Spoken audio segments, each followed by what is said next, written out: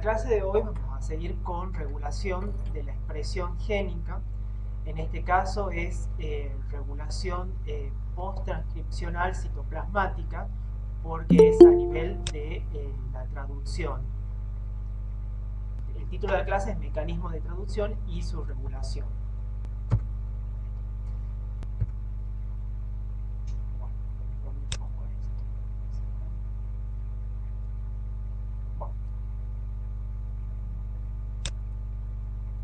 El mecanismo en la traducción intervienen los tres RNA que hemos visto en las clases anteriores, es decir, el RNA ribosómico, el RNA de transferencia y el RNA mensajero.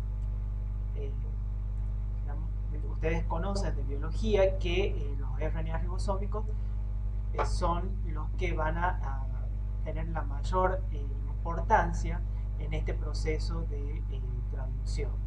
En el caso de los eucariotas, tenemos el complejo completo forma una subunidad 80S, y esta unidad 80S está formada por la subunidad mayor, que tiene un peso 60, no es un peso molecular, sino es de acuerdo al coeficiente de sedimentación, es de 60S, y la subunidad menor de 40S. Ellos están formados por los distintos tipos de RNA ribosómico.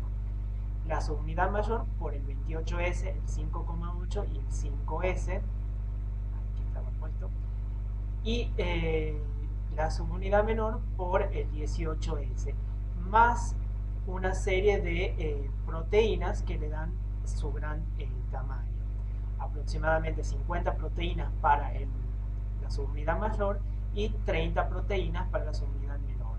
Aproximadamente, porque cada día se van descubriendo otras proteínas que participan. Bien.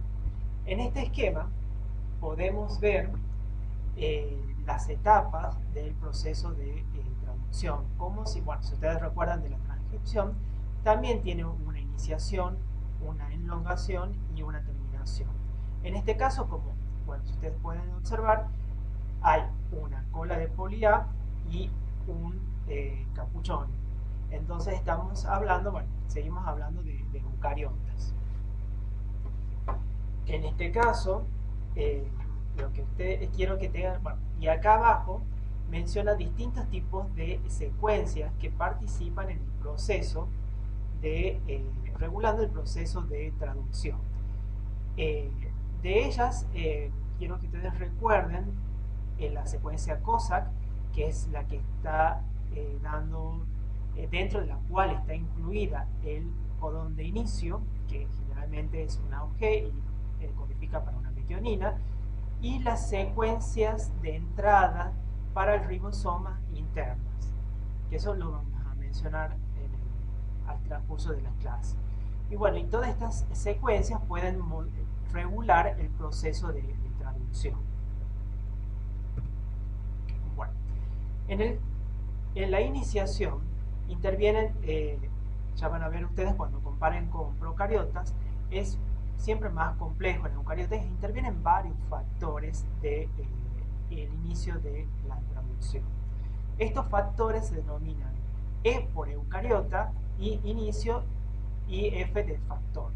Entonces nosotros tenemos el factor eucariota, el factor de inicio de la traducción eucariota 2, que es una GTPasa que intercambia GTP por GDP, que se va a unir al metionil, a la metionina RNA de transferencia, que es el aminoácido que se denomina iniciador. Esto va a formar lo que se denomina complejo ternario. Después tenemos otros factores que van a interaccionar con la subunidad menor, con la subunidad 40S de los ribosomas. Esos son los factores que están mencionados acá: el factor EIF3, el factor EIF1A, el factor EIF1 y también el factor EIF5. Este factor EIF5 también es una GTPasa que intercambia GTP por GDP. Y estos factores, el EIF3 y el EIF1, son similares a los que están en procariotas, y lo que hacen es unirse al ribosoma y evitan que la subunidad menor del ribosoma y evitan que a esta subunidad menor se una la subunidad mayor, regulando así la traducción y la unión de las dos subunidades hasta que sea necesario que participe la subunidad mayor. Este complejo de proteínas junto con el complejo ternario es lo que se denomina complejo de preiniciación 43S. Aparte de estos complejos, también tenemos el complejo EIF4F, pero también lo podemos llamar EIF4. Este complejo está formado por distintas proteínas, entre ellas el EIF4G, que es una proteína que sirve de andamiaje entre las proteínas de unión de la cola a la cola de poli A, y el factor que es el factor EIF4E. Este factor lo que hace es reconocer la caperuza, permitiendo la asociación de los otros factores. Aparte tenemos el factor EIF4A, que el factor EIF4A tiene actividad helicasa. Si ustedes pueden observar en este esquema, tenemos un loop que está formado por el alineamiento, la complementariedad, entre secuencias del RNA, generalmente en el extremo 5' no traducida o en el extremo 3' no traducida. Entonces, lo que hace esta helicasa es romper los puentes de hidrógeno, permitiendo que se desplace todo este complejo. Si no estuviese la helicasa, no se podrían romper estos puentes de hidrógeno y no podría avanzar el complejo proteico en la traducción. Entonces, todo esto, y bueno, otra cosa más, si ustedes recuerdan de la clase anterior, nosotros habíamos hablado de la proteína esta, la EIF4E, y qué pasaba cuando en la vía de los factores de crecimiento a través de la vía de señalización de AKT y la fosforilación. Ya lo vamos a repasar cuando hablemos específicamente de control y de regulación. Bueno, entonces acá en este esquema se muestra específicamente lo que sería el factor EI4.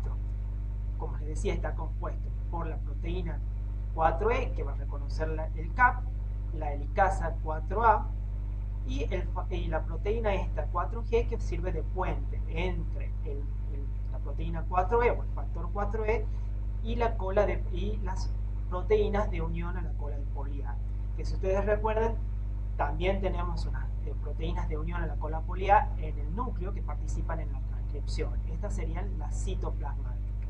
Y en este esquema, para hacerlo más sencillo, solamente se muestran los factores EIF2 y EIF3 y el RNA de transferencia.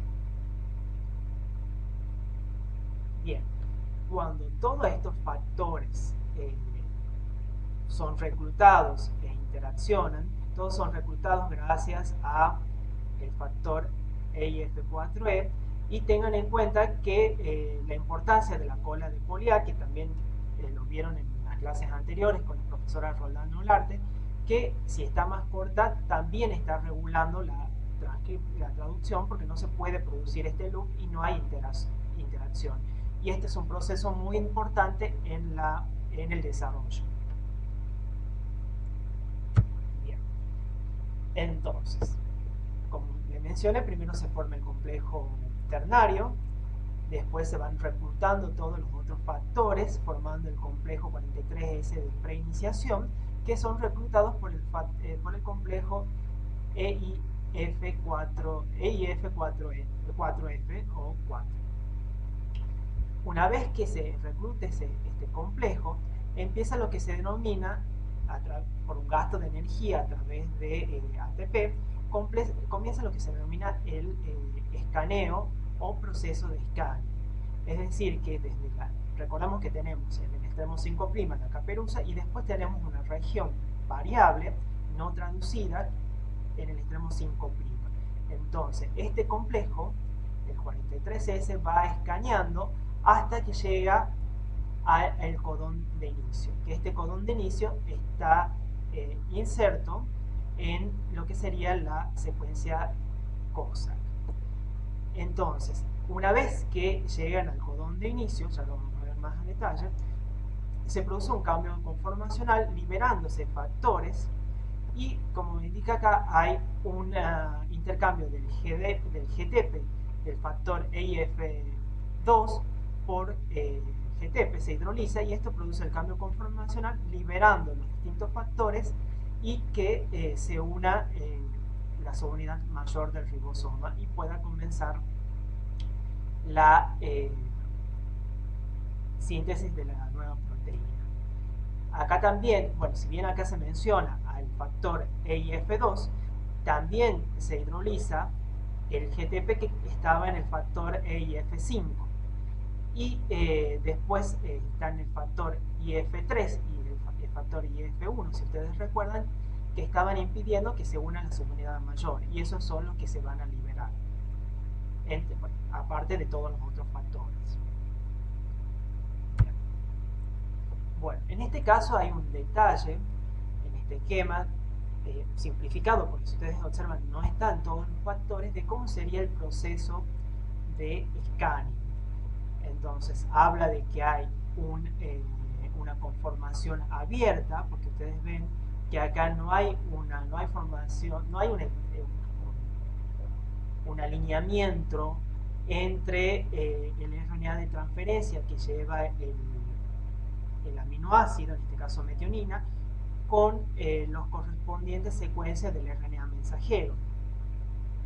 Cuando se llega al codón de inicio, ahí se produce la complementariedad perfecta y esto es lo que desencadena el cambio conformacional y la hidrólisis de GTP por GDP y la liberación de los factores. Y en este caso se habla de que hay una conformación cerrada porque ya se ha formado la complementariedad y los puentes de hidrógeno. Bien. Bueno, y acá se observa cómo se libera el factor, por ejemplo, EIF1.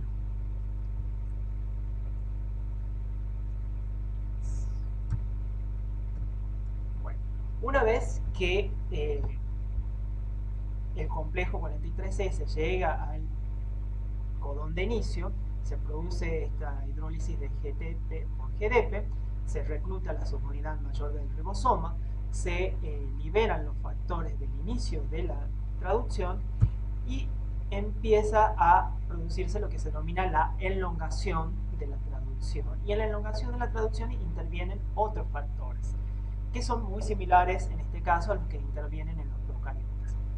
En este caso simplemente son tres factores.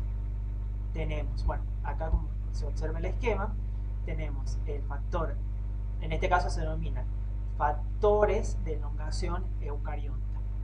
Entonces el factor EF1, 1A, que también es una GTPasa que intercambia GDP por GTP, es el que va a estar unidos a los RNA de transferencia que tienen los aminoácidos.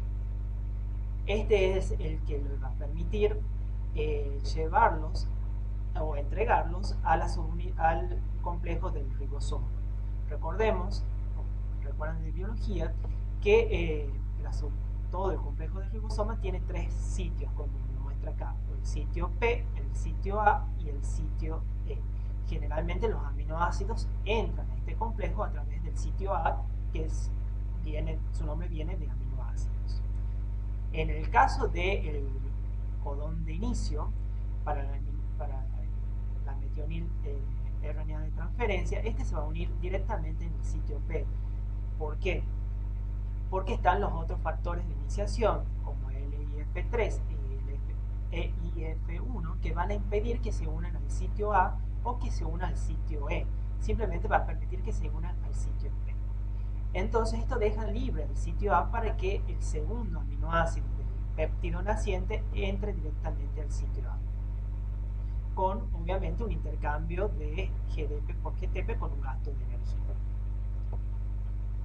Acá se va a producir el enlace peptídico entre la metionina del codón de inicio y el segundo aminoácido, que es catalizado por la subunidad mayor, que es una ribosima y tiene esta actividad. Y se va a liberar la metionina o el aminoácido aminoácido correspondiente en los pasos subsiguientes de el RNA de transferencia. Y se va a producir el desplazamiento de todo el ribosoma para que es lo que se observa acá, para que quede de vuelta libre el sitio A para que entre otro aminoácido. Este desplazamiento es controlado o es producido por el otro factor de elongación, que es el factor 2. Y este factor de elongación también es una GTPasa que intercambia GDP por GTP, porque esta translocación requiere de energía. El tercer factor que interviene es el EF1B, que este es un factor que está formado por tres subunidades, que serían la B, la D y la G, y que es un GEF. Si ustedes recuerdan, los GEF son factores de estimulación del cambio de GDP por GTP, que están regulando todas las proteínas, muchas de las proteínas que venimos viendo, por ejemplo las proteínas RAS y otras proteínas. Y también, por ejemplo, si ustedes recuerdan, los receptores acoplados a proteína G. Entonces, lo que permite es que se produzca el reciclaje del factor 1 y que, bueno, que haya el intercambio de GDP por GTP que requiere este factor. Y bueno, así continúa la elongación hasta que llegamos a los codones de terminación. Si ustedes recuerdan, bueno, los codones de terminación empiezan con un uracilo, que serían UAA, que bueno, está puesto acá, UAA, UAG o UGA. Acá en este caso tenemos hay varios factores que intervienen en la terminación, pero los más conocidos o los más estudiados son dos factores, que sería que este nombre sería el factor de liberación, release en inglés, eucariota, de ahí su nombre. Entonces tenemos el factor de liberación 1, el factor de terminación 1, que es el que va a reconocer estos tres codones de terminación, cualquiera de los tres. No hay ningún aminoácido que reconozca, ningún RNA de transferencia, perdón, que reconozca esos codones, lo reconoce este factor. Y se va a unir al sitio aminoácido que tiene el factor de terminación. Luego, a través de otros factores, entre ellos el factor 3 de terminación, que también es una GTPasa, va a producir la hidrólisis del aminoácido que estaba unido al RNA de transferencia, produciendo la liberación de la proteína completa, de la nueva proteína. Y también va a producir el desensamblaje o la liberación de los ribosomas, de la subunidad mayor y la subunidad menor, para que sean reciclados y participen de otro ciclo de transducción, ya sea de la misma proteína o de otras proteínas. Acá en el texto menciona que también interviene un factor de la iniciación en este proceso, que es el factor 5, que recuerden que tiene actividad GTPasa, que se une al sitio E, y que si bien es un factor de iniciación, también participa en la terminación, permitiendo el reciclaje de los ribosomas. Bien. Después, bueno, uno de los temas menciona de los polisomas, que bueno, también cuando hablamos de transcripción hablábamos de polisomas, en este caso son en el citoplasma. Y estos polisomas van a variar entre procariotas y eucariotas, porque bueno, recordemos que los procariotas no tienen un capuchón y no tienen una cola de poli-A. Entonces, la ultraestructura de estos polisomas en procariotas va a ser diferente.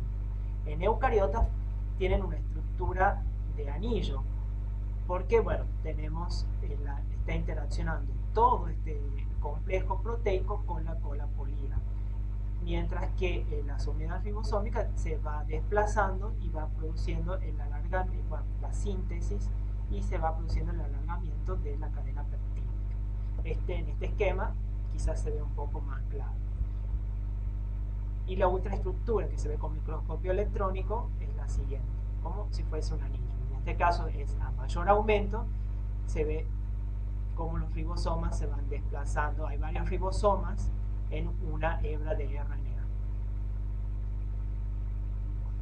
¿Alguna duda hasta aquí? Porque ahora vamos a entrar en lo de regulación de la traducción. No, profe. Un poco lo de traducción ya lo han visto en biología, solo que, bueno, no lo han visto con tanto detalle, creo, no han visto todos los factores de inicio de la traducción. Bien, respecto a la regulación, en este esquema tenemos bueno, una molécula de RNA mensajero. Recuerden que tiene el extremo 5' no traducido, el extremo 3' no traducido y la región codificada. Acá ya está iniciada la traducción, por eso tenemos la subunidad la subunidad mayor y menor del ribosoma unidos al codón de inicio. Si ustedes observan, ya lo habíamos señalado, en el extremo 5' o en estas regiones no traducidas se forman estas regiones de complementariedad dentro de la misma molécula de RNA que van a estar regulando la traducción. Entonces, en este caso tenemos una que es el IRES, que si ustedes recuerdan es un sitio de entrada al ribosoma interno que permite iniciar la traducción independientemente del CAP, es decir, que no van a interaccionar todos los factores de inicio de la traducción, van a interaccionar solamente algunos. Que este es un mecanismo a veces que es elegido por los virus.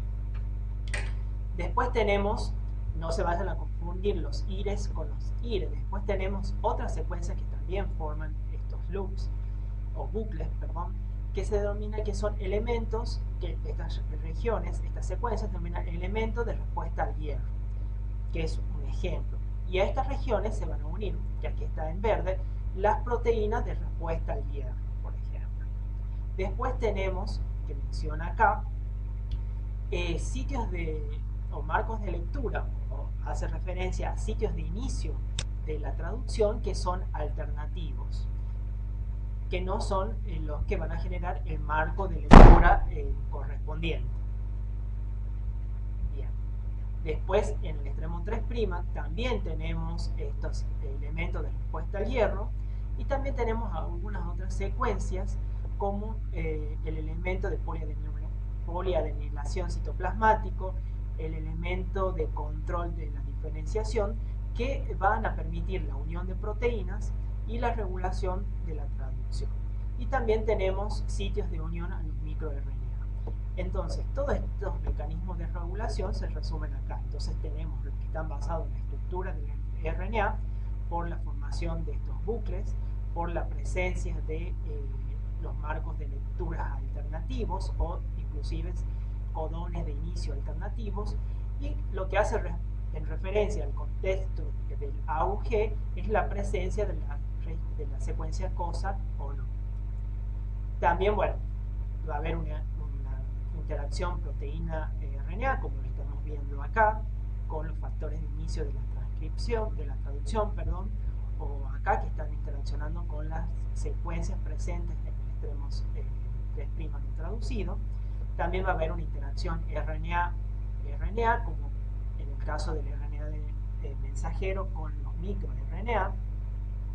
Y después va a haber el tema de fosforilación de los factores, que bueno, ya lo habíamos mencionado con el tema del factor 4E. Bien. Acá también es algo general, un poco de lo que ya habíamos visto, pero bueno, tenemos el capuchón, tenemos estos bucles, estas regiones a las cuales se van a unir las proteínas, por ejemplo, como los del hierro que había mencionado. Tenemos los sitios de entrada al ribosoma interno, los ORF alternativos, los AUG alternativos, en rojo está el ORF codificante, después los sitios en el extremo 3' y bueno, secuencias que van a permitir la unión de proteínas y el microRNA. Bien, en el caso del hierro, como les mencionaba, hay regiones, secuencias reguladoras tanto en el extremo 5' como en el extremo 3' de las distintas proteínas que participan en el metabolismo del hierro. Estas secuencias forman estos bucles y las secuencias se denominan IRE, es decir, elementos de respuesta al hierro. A estos elementos, a estas secuencias, estos bucles de elementos de respuesta al hierro, se van a unir las proteínas de respuesta al hierro. Entonces, aquí me gustaba este esquema porque está bastante sencillo. En el caso de que haya deficiencia de hierro, estas proteínas, entre ellas la ferritina, que es una proteína intracelular que almacena hierro, no son necesarias. Entonces, las proteínas de respuesta al hierro se unen a estas regiones y lo que se inhibe es ya sea el escaneado, el scanning del complejo 43S, entonces nunca va a llegar al codón de inicio, o también la interacción del CAP con las otras proteínas del complejo 43S. Entonces eso evita la traducción.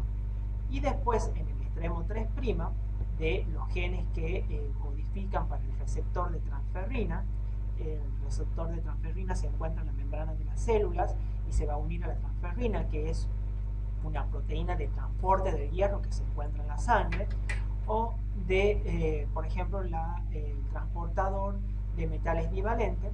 También en este caso, en deficiencia de hierro, estas proteínas van a ser necesarias y lo que va a hacer las proteínas de unión al hierro van a estabilizar el RNA, permitiendo que se produzca la traducción. En el caso de que haya hierro, es lo contrario. El hierro interacciona con las proteínas de respuesta al hierro, se produce un cambio conformacional y estas no pueden interaccionar con las secuencias que se encuentran tanto en el extremo 5' como en el extremo 3'. En el caso de la ferritina y de la ferroportina, esto va a permitir la traducción, mientras que, porque no va a haber ninguna proteína que esté generando un impedimento estérico, mientras que en el caso del receptor de transferrina o del transportador de metales bivalentes, va a producir la desestabilización del RNA mensajero y la degradación del mismo por desaminación de la cola poliada. En este caso vamos a recordar lo de la fosforilación. Si ustedes recuerdan, acá está la vía de, que habíamos visto, la vía de AKT a través de la inositotrifosfatoquinasa. Falta acá los receptores y los ligandos, los factores de crecimiento que van a actuar, y a través de distintos pasos, se produce la activación de AKT, y esta a través de distintos pasos, ustedes recuerdan que era bastante compleja esta vía, se activa mTOR. Y lo que va a hacer mTOR es fosforilar a la proteína de unión al factor 4E. Esta proteína que está fosforilada se va a separar del factor 4E, liberándolo, y él mismo puede interaccionar con el factor 4G y el factor 4A, y a su vez con el CAP. Si ustedes, acá ven que hay otras proteínas, es decir, que hay otros factores que también están participando, pero que no lo hemos visto porque es muy complejo el sistema. Y acá menciona que este factor puede ser activado por otra vía, que sería la vía de RAS y MAP quinasas. Bien. En este caso es la fosforilación del factor EIF2, que es el que se va a unir al RNA, como se muestra acá, el RNA de transferencia iniciador, formando el complejo ternario. En este caso, ustedes recuerden que este es también una GTPasa que intercambia GDP por GTP. Entonces, este está formado por 3 subunidades: la subunidad alfa, la beta y la gamma. La gamma es la que se une a GDP o GTP, y la alfa es la que tiene la actividad GTPasa. Entonces, en ciertas condiciones de estrés de las células, se activan quinasas, que está la quinasa dependiente de RNA, la quinasa dependiente de RNA del retículo endoplasmático, un complejo general o un control general no reprimido, que es un inhibidor de quinasa dependiente del grupo hemo, etc. Entonces, por distintas condiciones de estrés, estas quinasas se activan y lo que van a hacer es fosforilar a la subunidad alfa. Esto va a impedir que haya el intercambio de GTP por GTP. Y por lo tanto no se puede formar el complejo ternario y no inicia la traducción. Aparte, tenemos el factor 2B, que el factor 2B está regulando, como se muestra acá en el esquema, el intercambio de GTP por GTP, porque el factor 2B es una GEF, es decir, es un factor que estimula el intercambio de GTP por GTP, que también puede ser fosforilado, en este caso por la glucógeno sintasa quinasa, inhibiéndolo, y por lo tanto se desacelera este proceso y no comienza la traducción, o se enlentece el proceso de traducción. Entonces, en el caso de estos dos factores, el factor 2 y el factor 4E, están regulados por distintas vías de señalización y la fosforilación de los mismos. Bien, estos son más ejemplos de regulación. Entonces, en el centro tenemos lo que ocurre normalmente, es decir, la interacción entre la proteína, entre el factor 4E con el CAP y la cola de polea a través de distintas proteínas. Bien. Ya vimos qué es lo que pasa cuando interacciona la proteína de unión al factor 4E, que no se produce esta interacción. Después tenemos el ejemplo de la proteína de unión al elemento de poliadenylación citoplasmático que se encuentra en el extremo 3' no traducido. Esta proteína de unión va a reclutar proteínas como masking y 4ET que van a interaccionar con el factor 4E, impidiendo que se una al CAP y por lo tanto impidiendo la traducción. Después tenemos un elemento también en el extremo 3' que se denomina elemento de respuesta a Bruno. Este elemento va a reclutar a Bruno, que Bruno también va a reclutar a la proteína CAP, y esto va a interaccionar con el factor 4E, impidiendo de vuelta que interaccione con el CAP. Esto sucede específicamente, bueno, el ejemplo es para el gen Oscar en Drosophila. Y después acá tenemos otro elemento que es la región de unión a Bicoid, que este también va a interaccionar con la proteína homóloga a el factor 4E, y en este caso va a interaccionar directamente con el CAP, pero va a impedir que se una todos los otros complejos y el complejo 43S. Esto los menciono porque, bueno, y este es el ejemplo para la traducción de caudal. Estos ejemplos los menciono porque seguramente algunas de estas proteínas, caudal, bicoid, quizás masking, les suena de la clase de regulación del desarrollo, de la expresión en el desarrollo. Bien, acá seguimos con ejemplos en el desarrollo. En este caso tenemos el elemento de control de la diferenciación, al cual se van a unir dos proteínas, serían ribonucleoproteínas heterogéneas nucleares, que serían la K y la E1, que en este caso no es que van a impedir el inicio de la traducción, sino que van a impedir directamente la unión de la subunidad mayor 60S al complejo 43S. Entonces van a impedir la elongación directamente. Y en este caso lo menciono porque es la traducción del gen letal en Drosophila, que es regulada por la proteína SETS letal. Que esto, bueno, si no lo vieron en regulación de la... Creo que lo vieron para splicing alternativo, y también creo que se puede ver el ejemplo cuando vayan al práctico de ADN móvil.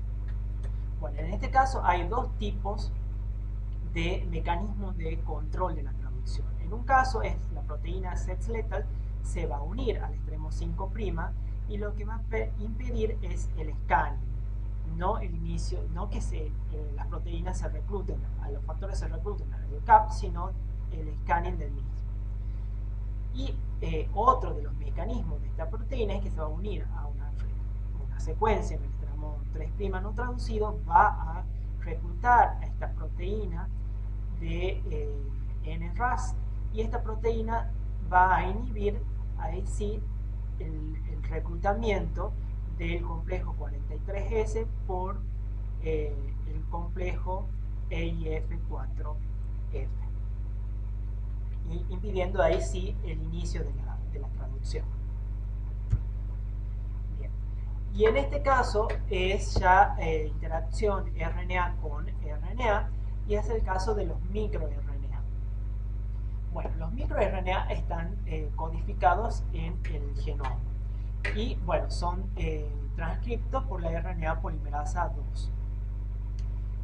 Estos generan unos RNA que se denominan microRNA, es decir, de primarios, y están formando, contienen entre 70 a 100 nucleótidos, y forman un bucle con apareamientos que no son del todo complementarios. Los genes que codifican para los microRNA pueden tener uno de estos bucles o hasta 6 de estos bucles, es decir, que van a generar hasta 6 microRNA.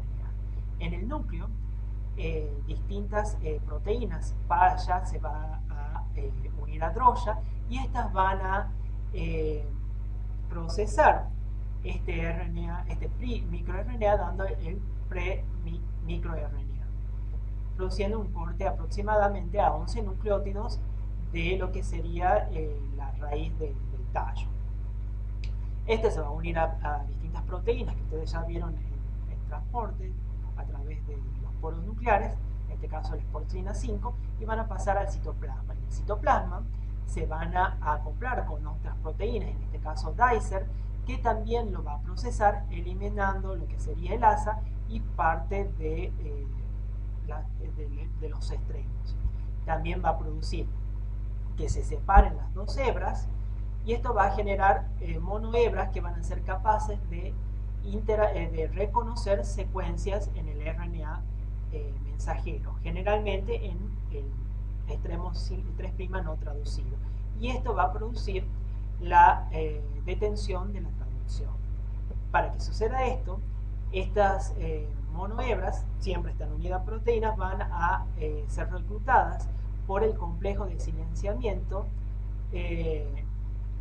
inducido por RNA, donde participan distintas proteínas, enzimas, entre ellas, por ejemplo, argonauta. En el caso de, bueno, ya vamos a ver más adelante. Entonces acá se ve bien los microRNA, que la complementariedad no es del todo perfecta, y son muy importantes los primeros nucleótidos que permiten la complementariedad perfecta, y los otros no es tan importante. Después también hay otras secuencias que se denominan RNA interferencia, que pueden ser artificiales, es decir, introducidos a las células por algún investigador, o puede estar presente en algunas bacterias o virus, que tienen una complementariedad perfecta. Cuando la complementariedad es perfecta, se produce la degradación directamente del RNA. En el caso de los microRNA, al no haber una complementariedad perfecta, lo que se va a producir es una inhibición de la traducción. En este cuadro se comparan los RNA interferentes con los microRNA. Bien.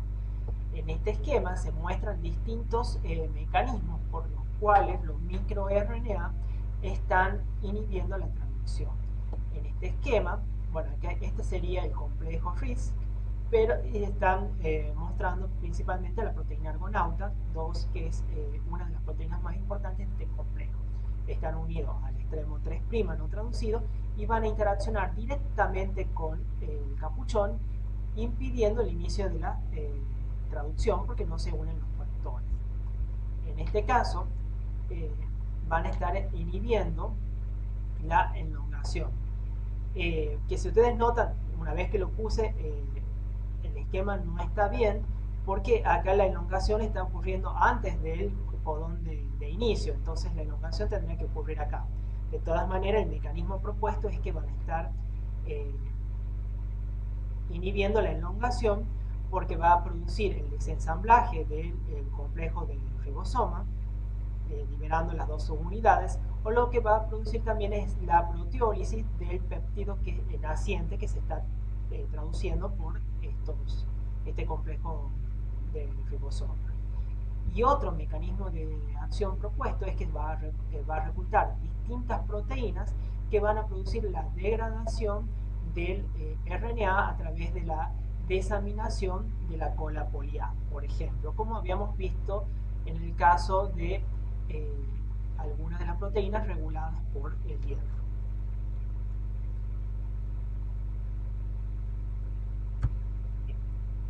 No sé, ¿alguna duda, chicos, hasta ahora? No, profe.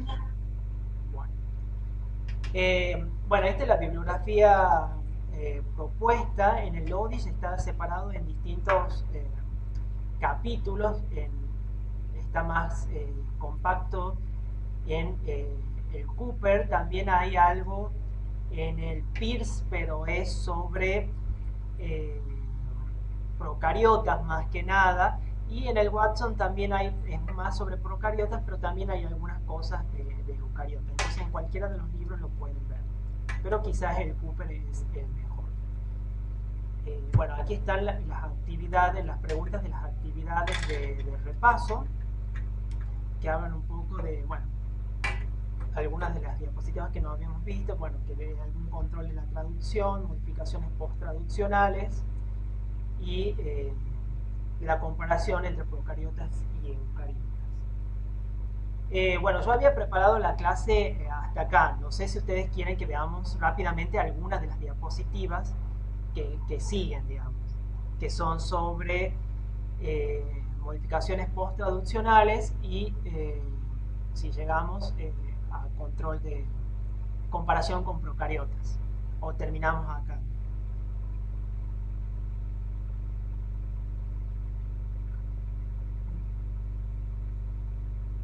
No sé.